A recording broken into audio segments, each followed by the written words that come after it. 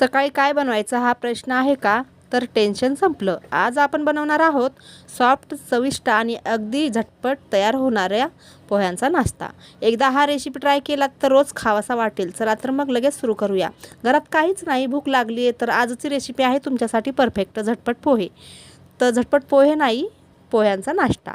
कमी साहित्य, जास्त चव आणि 10 मिनिटात तयार. मग चला बनवूया हा सोपा आणि टेस्टी नाश्ता.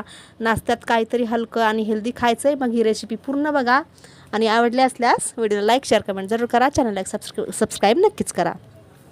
इथे मी एक बाउल घेतलं आणि यामध्ये मी 1.5 वाटी पोहे घेतलेले आहेत. आता 1.5 वाटी पोहे घ्यायचे आणि निवडून घ्यायचे आणि 1-2 पाण्याने स्वच्छ धुवून घ्यायचे पोहे. आता पोहे धुतल्यानंतर त्यातलं पाणी काढून टाकायचं आणि त्यामध्ये अर्धी वाटी रवा घ्यायचा. तर अर्धी किंवा पाऊण वाटीसुद्धा घेऊ शकता. आणि रवा टाकल्यानंतर याच्यामध्ये अर्धी वाटी दही टाकायचं.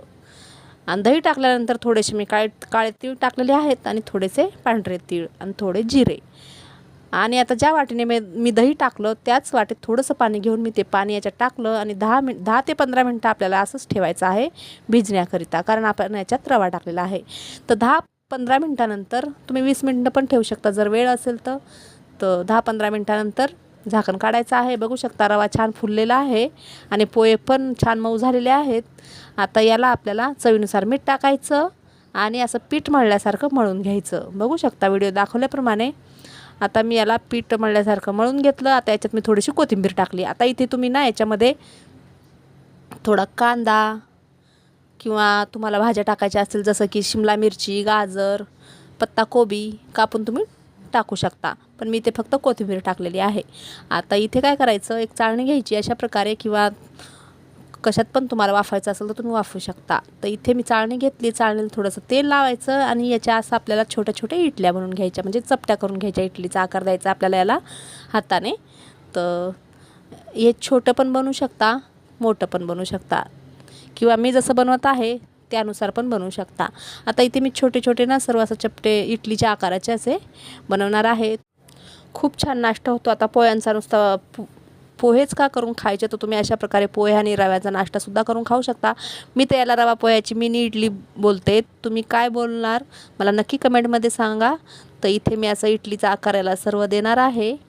किंवा जर तुम्हाला असं जर नसेल बनवायचं ना, एखादं प्लेट घ्यायचं, प्लेटला तेल लावायचं आणि पूर्ण मिश्रण त्यावर पसरवायचं आणि वाफरून घ्यायचं. नंतर वाफल्यानंतर याच्या वड्या पाडून घ्यायच्या. तर तशा पण बनवू शकता, किंवा मी जसं बनवत आहे तसं. आता मी सर्व असं बनवून घेतलं आणि मी इथे एक टोप ठेवला. टोपामध्ये मी लिंबू टाकलेला आहे. लिंबू टाकल्याने काय होतं, जे टोप असतो ना आपण पाणी ठेवलेलं, तर काळा पडत नाही, त्यामुळे लिंबू टाकायचं. तर इथे 15 ते 20 मिनटं या मिनी इडल्या वाफवून घ्यायच्या. बघू शकता याच्यात इनो, सोडा काहीच टाकलेलं नाही आहे, तरीसुद्धा हे छान मऊ सॉफ्ट झालेले आहेत.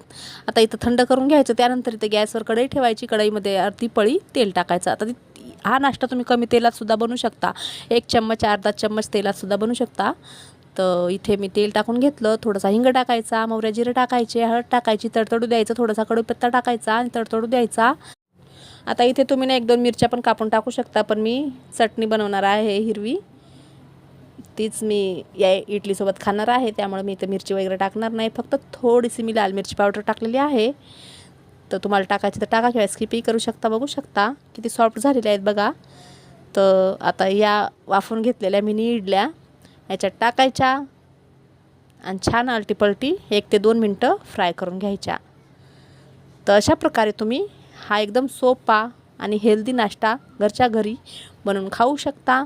आता सकाळी सकाळी नाश्त्याला काय बनवायचं, तर अशा प्रकारे तुम्ही रवा आणि पोह्यांचा नाश्ता बनवून खाऊ शकता.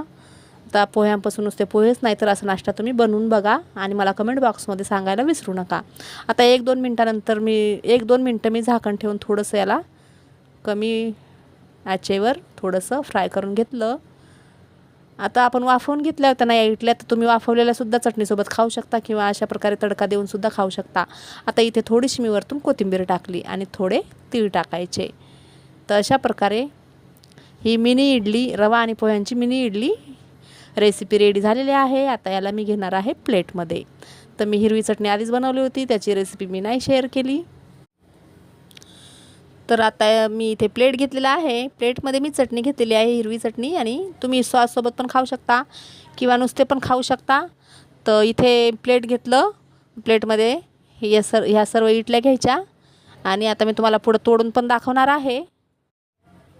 तर अशा प्रकारे ही पोहे आणि रव्याची मिनी इडली रेसिपी किंवा तुम्ही या नाश्त्याला काय नाव देणार ते मला कमेंट बॉक्समध्ये सांगा. ही रेसिपी रेडी आहे. तर तुम्हाला ही रेसिपी जर आवडली तर व्हिडिओला लाईक शेअर कमेंट जरूर करा. चॅनलला एक सबस्क्राईब नक्कीच करा. चला तर भेटूया परत एका नवीन व्हिडिओमध्ये नवीन रेसिपी घेऊन. बाय. जय महाराष्ट्र.